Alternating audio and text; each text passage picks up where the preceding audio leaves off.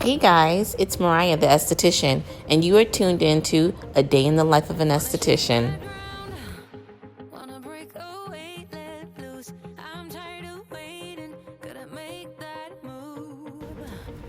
The first thing I like to do after saying my prayers in the morning is check my website schedule for the week. I like to know what appointments I have coming up so that I can have a better mental picture of what my week will look like. I am closed today, so I don't have any clients, but I still have work to do at the studio, which is why I'll be heading there a little bit later today.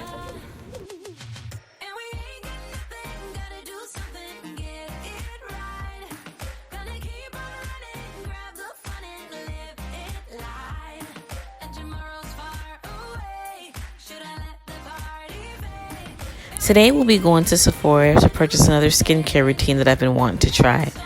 I also need to run to the studio to get some things in order for clients coming up this week. And then, of course, I have to work out. I'm selling beauty, baby. I gotta look good.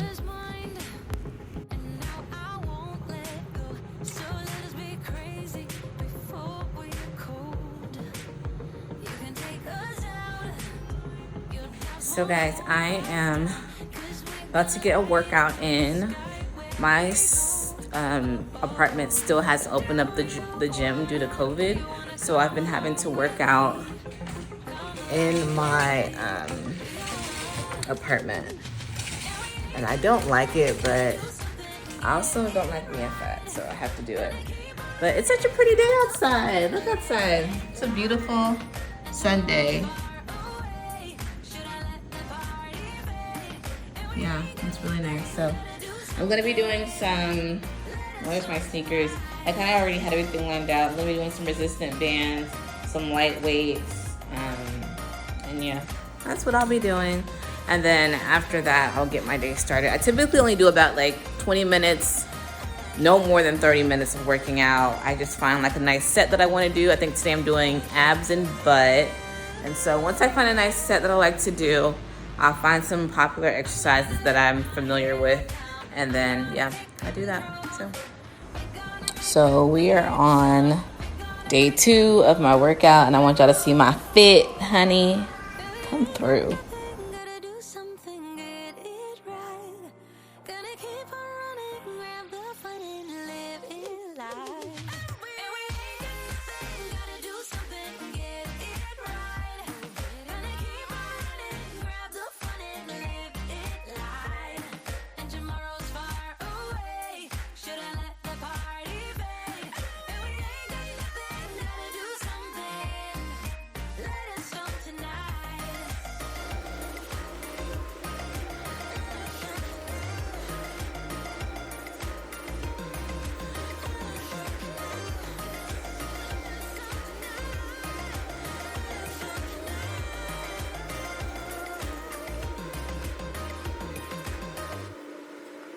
Okay, so I just finished my workout. I'm about to go and take a shower, do my skincare routine, and get ready for the day. It is kind of late. Yeah, it's definitely the afternoon here. So I'm gonna hurry up and make it quick so that I can make it to Sephora. I kind of like to go in and look at the new products that they have so that I know what my clients are using. And whenever they tell me they're using a certain product, I'm able to just let them know what the ingredient list looks like and make sure that it's okay for their skin. So I'm gonna go do that, and then yeah, we'll probably get a drink afterwards before we go to the studio.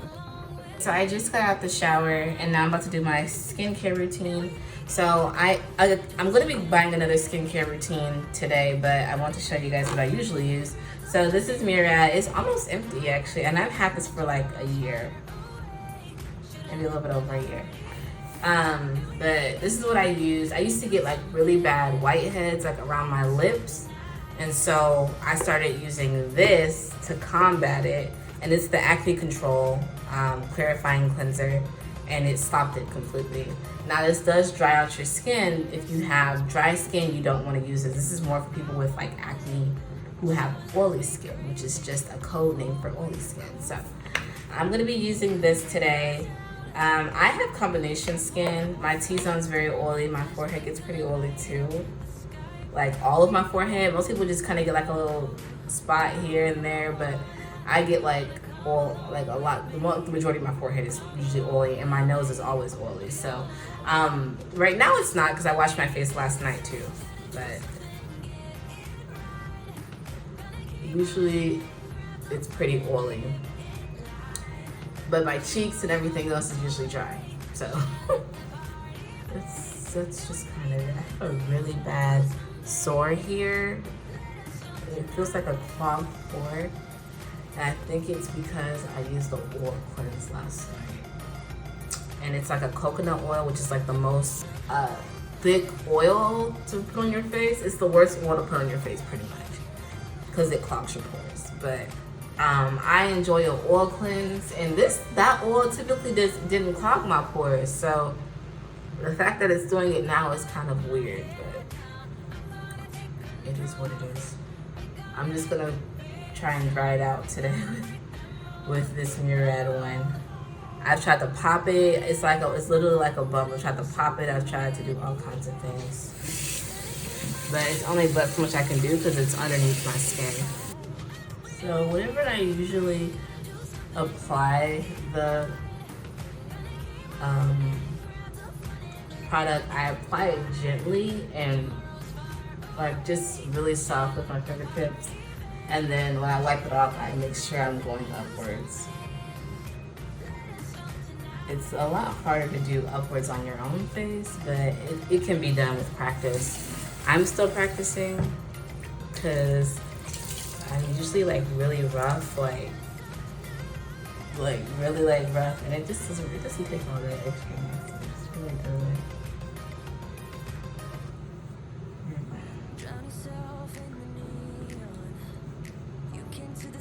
All right, up. That's what we want to remember today. Okay. So there's my skin. This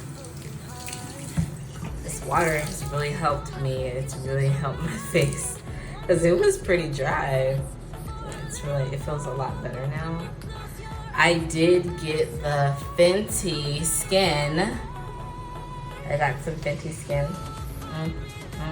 I tried it yesterday, but I want to do an actual unboxing for you guys. And so her packaging is super cute. The packaging that it came in, the brown package, was literally like a brown package. I couldn't believe that that's what they sent it in, but it's COVID, you know what I'm saying? Maybe, who knows? I don't know. Sephora couldn't send it in a, well, actually it's not from Sephora. It sure isn't. I think I bought it directly from the Fenty website, if I'm not mistaken. But whatever. So the inside says, love your skin, respect the planet, refill me, sold separately. And visit fentyskin.com for recycling and clean formula details. So the reason why they said that is because there were two options. You could have bought just the SPF, which I'll show you guys what it looks like. Like this. You could have bought this by itself. Or you could have paid, like, I think it was like $5 more, and you got this container to go along with it. And it's pretty too. Look at how pretty that is. Yeah. But if she drops a pink version next week, I'm gonna have a problem. I'm gonna have a real problem. And I will send this one back. No, I'm kidding. I'll keep it, but I'm gonna buy the pink one too, because that's my color. But you just stick it in here like that, and then it's set in now. And then you can twist it up and down. It said in the back, it just says remove refill from product information to teach you how to remove it, which is pretty self-explanatory if you just pull it up. But yeah, super cute. And it does work. I used to use, like, not used to, like as of 2 days ago, I used Dermalogica Prisma Protect, and it's a SPF 30 with a moisturizer combined. And so this one was an SPF 35, which is the only reason why I tried it, because I usually like to do SPF 50 by Dermalogica, as well as the anti-aging SPF 51. I love that, but 35 is good too. The Prisma Protect that I used to use is good too, and it was very moisturizing. So it is like a lavender color. Let me put a little bit more. Like a lavender pinkish color. And it has a smell, but I don't think there's any fragrance in it. Let's look and see. Oh, there is fragrance in it. Ooh, the estheticians are not gonna like that. So the reason why I say that is because fragrance, things with fragrance in it makes it hard for people who have sensitive skin. That's usually what makes people's skin break out, is the fragrance. Everything else they can pretty much use, but then you add fragrance into it and it's no longer for sensitive skin. But for some reason, I feel like there was a sensitive skin option. I could have made that up, but I feel like there was. I need to look into that, but yeah. I love that the back had the drug facts on the back and how to use it. It's really cool. This is a really cute packet. It looks like it's very, I could get the vibe that they were trying to be environmentally friendly, and they were. And so, I guess this one, let me see if this is the kind that you could use in the ocean in Hawaii.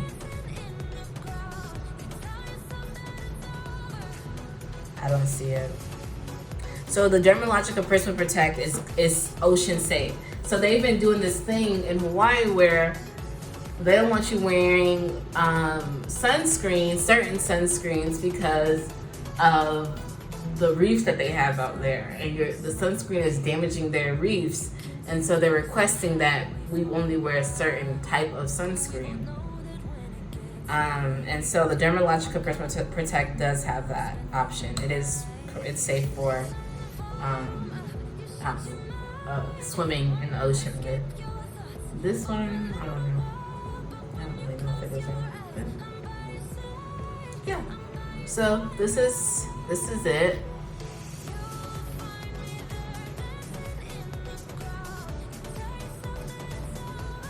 And I usually do a daytime serum as well, but I'm keeping it really simple today because I'm about to go and buy another product and literally I'm gonna do this thing all over again. So yeah.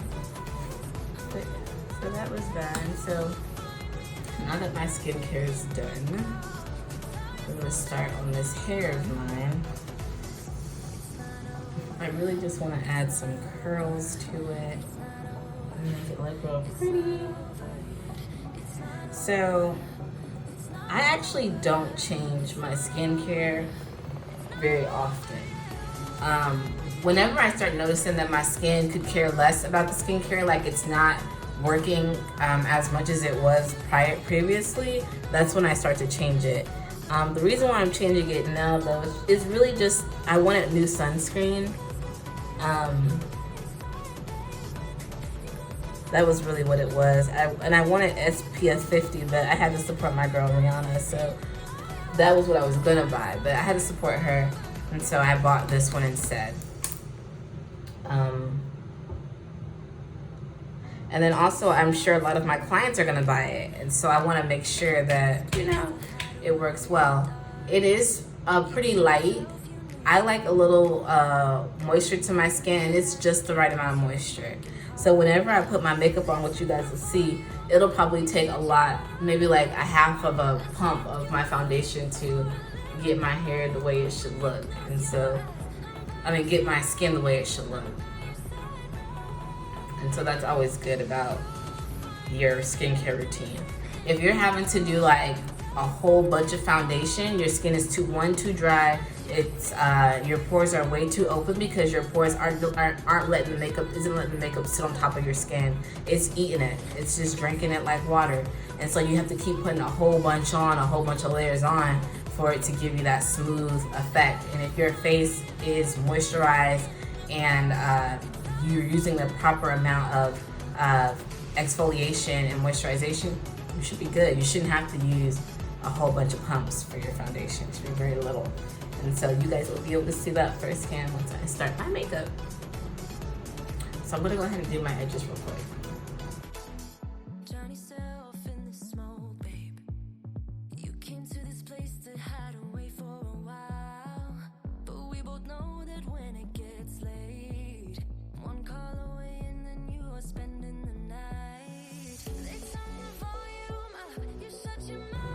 So I'm gonna finish up my hair and then I'll come back. So I did want to tell you guys how I got my start in the esthetician field. So I've always been very passionate about skincare. I didn't originally start my career off in in beauty. I started my career off in events, and that's actually what I got my degree in. So I went to school for family and consumer science, and I emphasized in event planning while there. That's what I got my degree in. I have an emphasis in event planning. And so I started off doing weddings and galas for a resort. And then I moved on to Dave & Buster's. I started doing corporate events for them. While there, I actually did a Ted Cruz watch party when he was running for, I think he was running for governor. No, not governor. He was running for the Senate. I'm sorry. What am I talking about? When he was running for the Senate is when I did his campaign. So I have lots of stories like I've met Governor Abbott before. He was at one of the events that I hosted.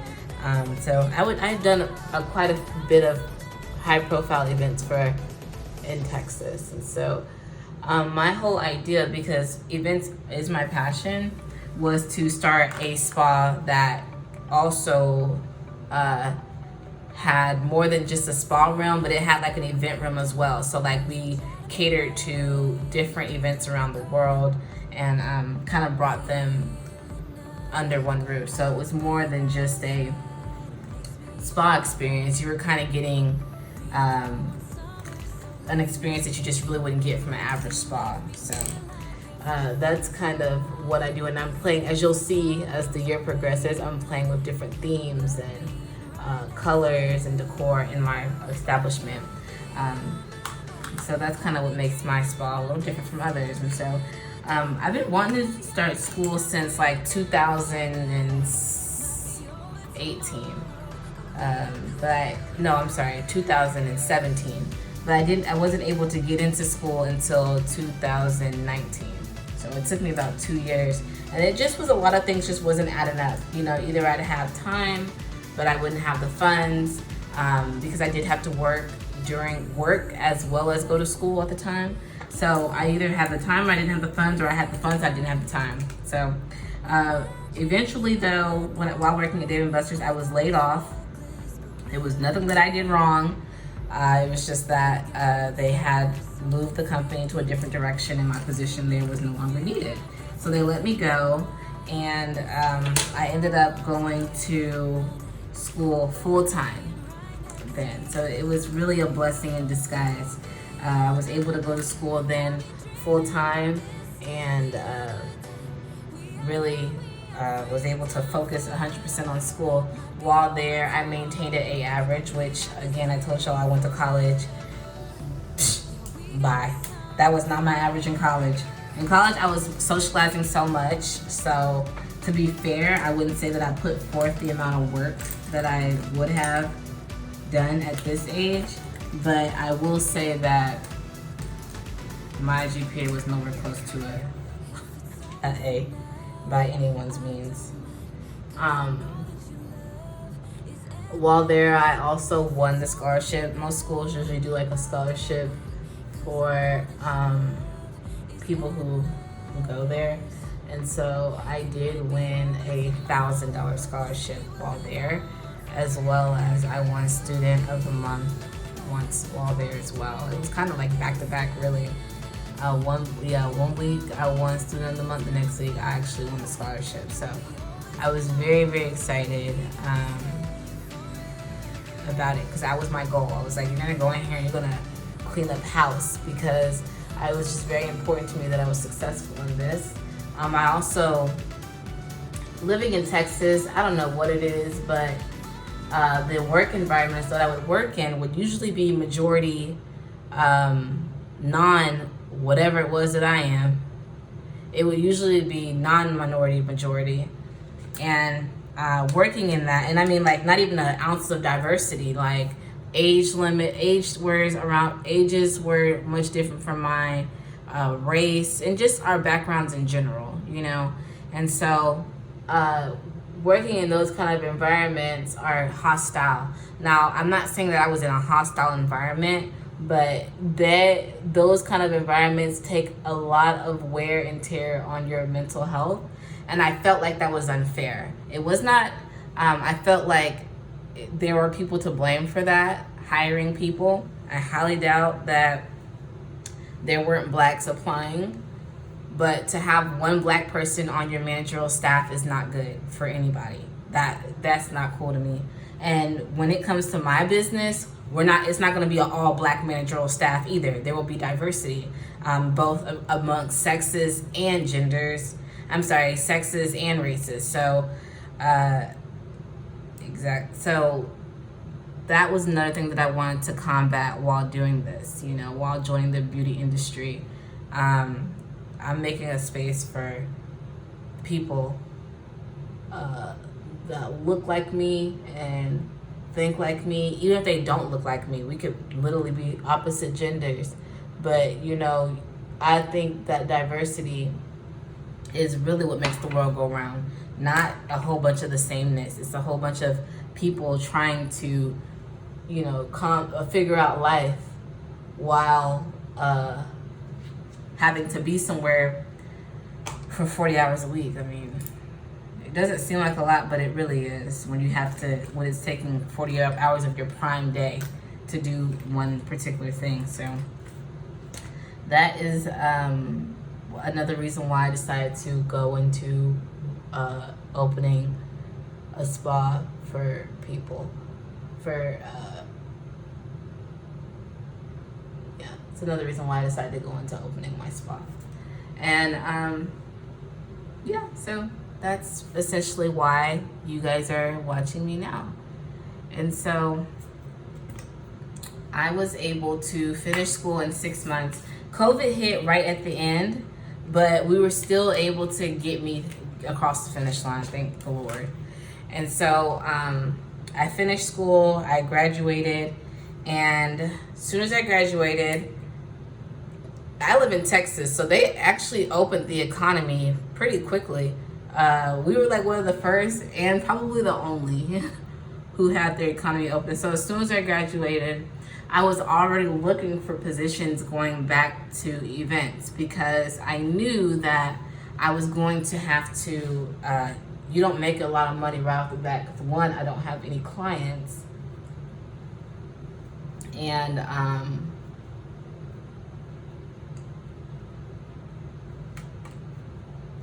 I would need clients to make money. So I was like, let me just go back to my job and I'll do it part-time. I'll do my spa, I'll do the spa part-time. I'll do my esthetician things part-time. But the hospitality industry closed, shut down completely. We were in June and they were talking about we're not opening until October. And we're now in August and it doesn't look like they're opening anytime soon still. Because, especially not in my room, because you can't have events. If you have an event with more than 10 people, people are already looking at you sideways. And I work with corporations, so you don't want that on your plate. You really don't. You don't want that kind of drama on your plate. And so I had a feeling that if anybody was going to go back to work last in the hotel industry, it was definitely going to be the people who work in sales as well, event sales and events. I don't think we'll be back at work anytime soon. And even if they did, they probably only hire back the most senior of seniors to do the work. And then in that case, I wouldn't want to do it because if they brought you back, they're going to be like, oh, we brought the heavy hitters back. We need you to hit these numbers by yourself.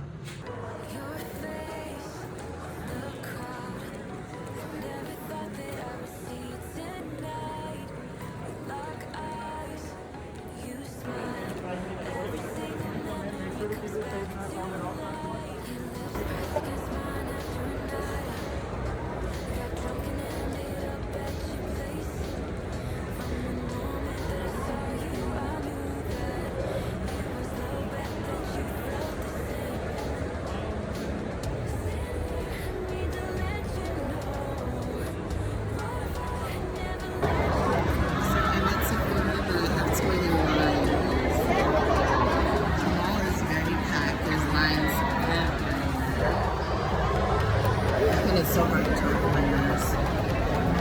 Let me show you guys the Louis Vuitton store. So that line is for Louis Vuitton.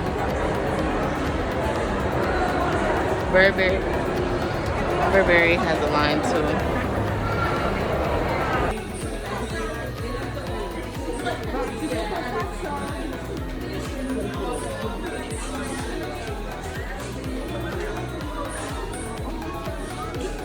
My favorite rubber mask. They're really, really good.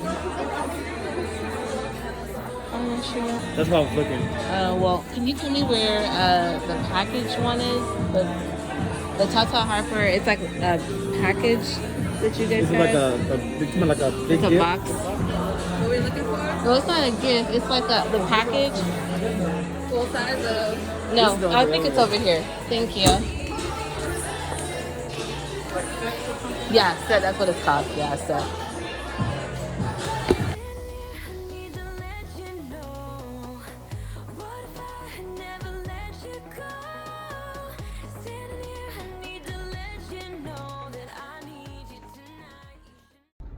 I'm in the parking garage, so you really can't see that good, but I got the product and they were so annoying in there. You couldn't touch anything. My thing is, why do you have the testers out if you can't touch the testers? I can understand like not using the testers, but if you want to read like what the box says or like read the ingredients on the back, you kind of need to touch them to see that. So if you don't want anyone touching the testers, then throw them all in the back. You put them all in the back, you have to remove them all. So I'm gonna leave a review about that. I don't care. Like, that's just common sense. We also at my establishment aren't doing testers either, and they're all removed. So that's just common sense, but whatever. I was able to read ingredients and stuff, and the actual cleanser that I ended up getting, it's like an exfoliating cleanser, which I need because I don't have any exfoliating products on me at the moment. So I'm going to try that, but next week I'll probably just buy the regular cleanser because I cannot use that every day. But right now I think I may be able to because I haven't exfoliated like really well in a minute. So now I'm going to go see if there's ice cream open, but if not, then I'm just going to go ahead and head to the studio.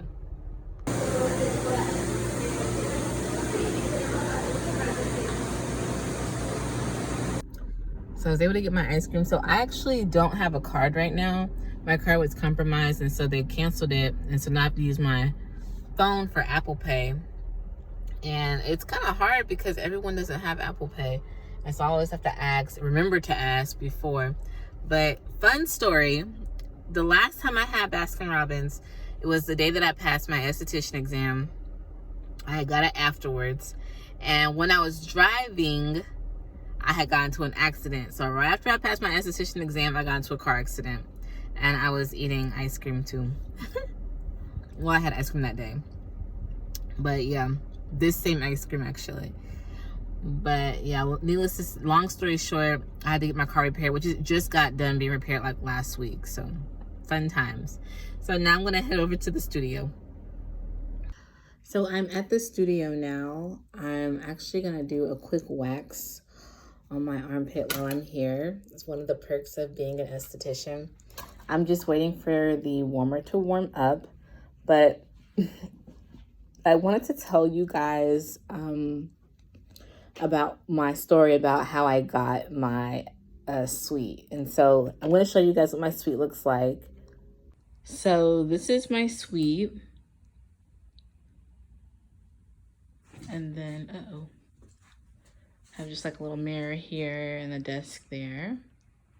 My little white coat there. And so, yeah, this is what it looks like. And so originally when I was looking to get a suite, the one that I saw that I liked was around the corner over there. And so I was going over there. I didn't get to see the room because it was like the brokers are not on site. So I just had to like peek in through like a little window slit. And I was like, okay, this looks like it'll do it. I just really just need an empty room. But when I called to book it, They were saying that it wasn't available. They told me about this other room that was available. But it was way more than what it said it would have been online. They were trying to charge me like, I don't know. What I was looking at was $18 per square foot. And I think they might have been trying to charge me something crazy like $28 per square foot for that same room.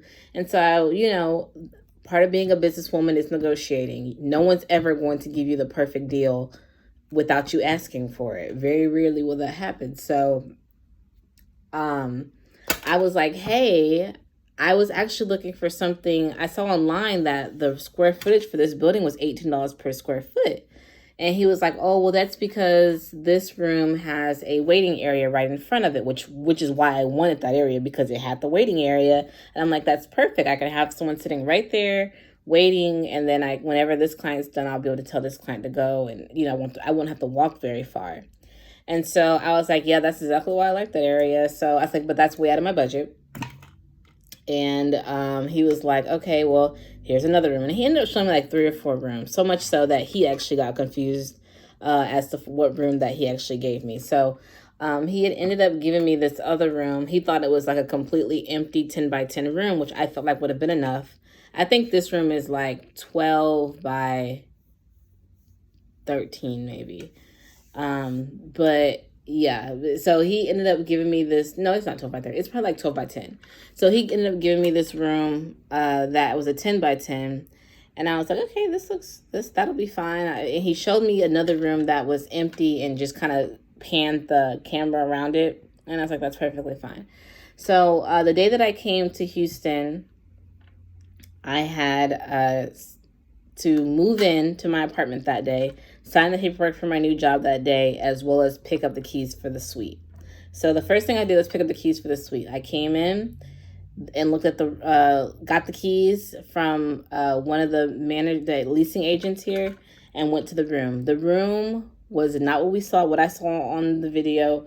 It was a room, it had like a built-in desk coming out the wall. And so it came out about a good 5, maybe like 4 or 5 feet out of the wall. And there was no more room in the room. I was like, I cannot use this room. You told me that it was an empty room. This is not the right room. And he's like, oh, yes, you're right. That isn't the right room. You're in this room. And he told me the studio that I'm in right now is in this room. So I said, oh, okay, perfect. You know, I'll drop the keys off after I get finished at work, and then I'll go back. So I went to work. I got the keys. Went to work, signed my paperwork, and I came back and got the keys for the other room. I went to this other room, and it was perfect. It was huge, actually. I was like, this room is kind of big, and it's the actual suite that I'm in right now. And so I'm like, this is kind of big. This looks bigger than 10 by 10, but I'll take it, shoot. And so later on, maybe like the next day, or maybe the next 2 days, he emails me and goes, hey, Mariah, we gave you the wrong room. I could not give you that room for $325 a month. You would have to pay $525 a month. And I was like, no. I was like, I can't afford that. And I was like, I really can't afford that. And I'm moving my stuff in to like this weekend. Oh, you know what? That's what it was. He emailed me the same day that wasn't the right room. And I was like, I have movers coming already to move me into this room. Like, I need to be, at least let me unload into this room, and we can figure it out next week when business hours open back up. So he was like, all right, fine. Move your stuff in. That's perfectly fine. Good luck. Welcome to the building. And so he stopped responding to me about the room. I'm emailing him like, hey, man, like, I need to know what room I'm going to be in. Can I keep this room? I negotiated with him too. And I said, I will come up $100. You guys come down $100. So that's like us meeting in the middle. Let's see can we meet in the middle, and I pay y'all $425 a month. And so he was like, let me talk to my boss about it. And so he talked to his boss again, but I think he might have forgot. I'm going to be honest. He was very spacey throughout the whole thing. There were times where I would send information and he wouldn't send it back, and I don't know. So when I told him I would meet him halfway, that was kind of the last conversation we had. Maybe like a couple of days went by during the week, and I was like, hey, I'm feeling really uneasy about not having this in contract form. Did you speak with your boss about the $425 a month. You know, that's coming up quite a bit, and y'all are coming down the same amount. I think that's fair. And so he was like, "Hey, Mariah, I haven't had a chance to talk to my boss just yet. So, I say just stay in the room till somebody wants it." And I was like, okay, I'm about to get business cards printed with the suite number on it. But okay, you know what? I'll stay into it until somebody wants it, obviously. So I did. And maybe like a week later, someone emailed me from his property and was like, "Hey," they emailed the whole building and said they were changing property. They're changing, what is it called? The people who run it, like, they're changing like the leasing office or property management. That's what it was. They're changing the property management. And so they were no longer going to be over this building. And so that kind of stressed me out because I'm like, God damn, I don't even got no damn contract. That's for real, for real. Like, I mean, I got the keys to the suite and a card to the suite or whatever. But I don't have, the actual suite that I'm supposed to be in. This ain't it. And so I was like, "Hey, what's going on? I need to know like what the deal is." And he was like, "Hey, Mariah, yeah, I haven't heard anything back just yet. We'll talk about it next week." And so I was just like, so finally to my mom, I'm like, "Man, Mom, my grand opening was like the next week." And I'm like, "Mom, I'm about to have my grand opening. Well, it's not a grand opening. It was just like an opening. I'm about to have this opening, and these people ain't even got my contract done." And she was like, "Don't say nothing else to him. You got the keys. You got, a contract. It's not your fault they gave you the wrong suite. If he has anything to say about that, we'll call the lawyers, and they'll deal with it and they'll let you out the entire lease, and you won't pay nothing. Because they should have been giving you your contract and blah, blah, blah." So, kind of just assured me like, "Girl, you're good. Don't worry about it." So the following, maybe after I opened, a day or two later, he emails me and is like, "Hey, Mariah, so I was able to get the room that you're in for $400 even. So here's the contract, sign it and send it back."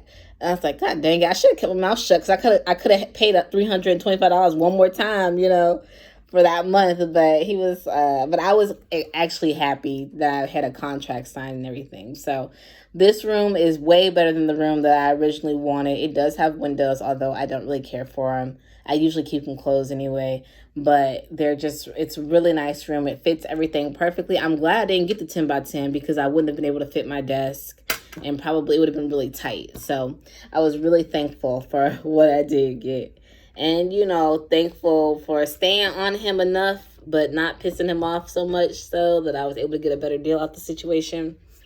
So I was really happy about that. And so that's kind of a good story that I have. I have hundreds of stories about starting this business. I mean, it was a whirlwind. I got in a car accident. The room I came to was wrong. My apartment complex, I moved here with a job, and they were dragging their feet on approving me as if they were just at capacity. I was so confused as to why they did not want me in their apartment complex. It took so much out of me. My parents had to step in and put their money down because of COVID. I didn't have a job. I had just got a job, and they just did not believe that my income was going to be right. So they ended up having to get my parents to come in and put money down for me. I had to put extra money down to make sure because my income was so low.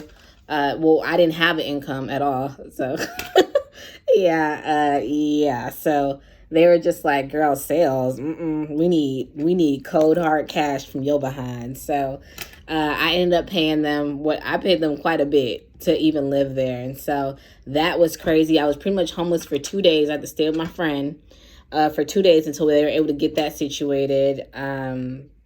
Girl, it was crazy. My best friend was just like, "Mariah, if you can go through all this, you are going through so much to get this damn job, to get this damn career, it gotta be successful for you to be having to go through all this." And I'm just like, "Girl, I'm praying that it is." Because even though all that was going on and I felt like it was a sign like the devil is busy because I'm about to get it popping up in here, I felt like I was still like I just kept my head down and kept moving. And I was just like, "Hey, get these contracts signed, get this money made, get these flyers posted, get these cards made." Oh, now my insurance company don't want to fix my car correctly. Great. Now I got to deal with them. I'm on the phone 24/7.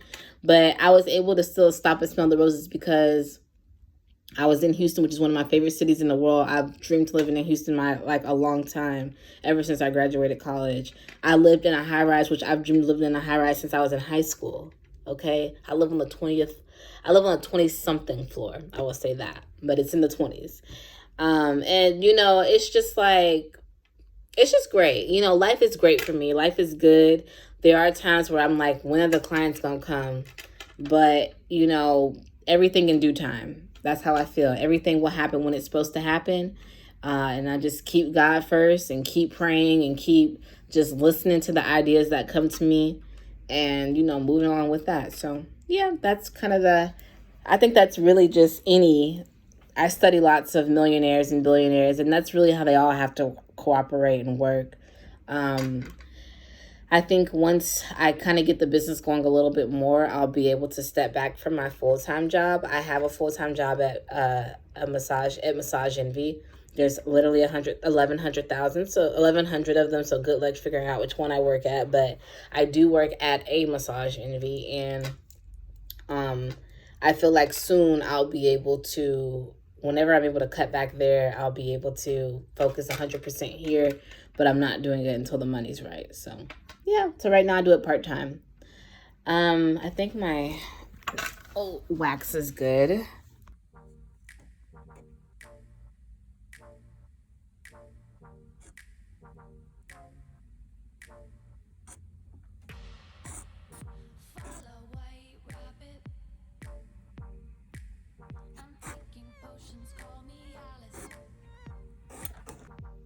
Perks of being an esthetician.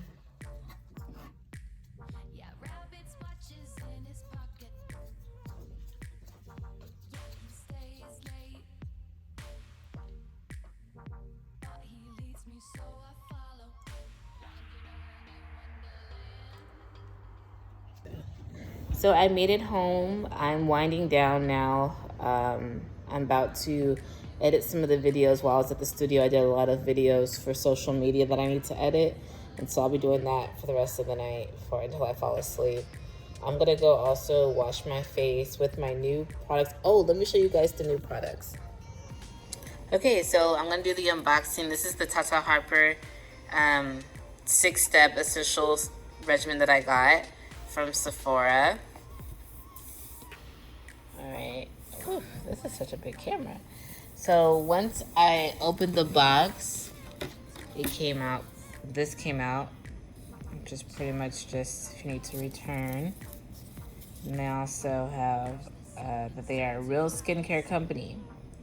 And notice how they said no synthetics and not no chemicals. And the reason behind that is because you can get salicylic acid from a plant, like a vegetable. Literally just cut a vegetable open and there's salicylic acid in there without anything being added. So when people say something is chemical free, they're lying. Everything has a chemical in it, every single thing, like everything. So they were very smart and they said no synthetics. So they know who their target market is. Estheticians, more than likely. People who care about skincare and know a little bit something about skincare because they used the proper wording for what they're trying to come across. If they would have said chemical free, that would have been more gimmicky and that probably would have been more appealing to customers who are not skincare professionals. But I respect that. Good job. Respect to them. But this is the treatment. I'm so excited. I think this will last me a month if I use it every single day or twice a day like you're supposed to. So yeah, I'm really excited to see. So I'm actually about to go do my face routine right now. If you guys want to see my face routine with the Tata Harper, let me know in the comments. If not, then I won't show you guys. I mean, it's just me washing my face. I will tell you guys next time though how I'm liking it and give you guys some updated results and some before and afters and stuff. So yeah, it was so nice taking you around for my day. I'm gonna edit this video and post it ASAP. And I will be posting again a second time this week which day. I'm not 100% sure. Your face in the crowd. I never thought that I would see you tonight.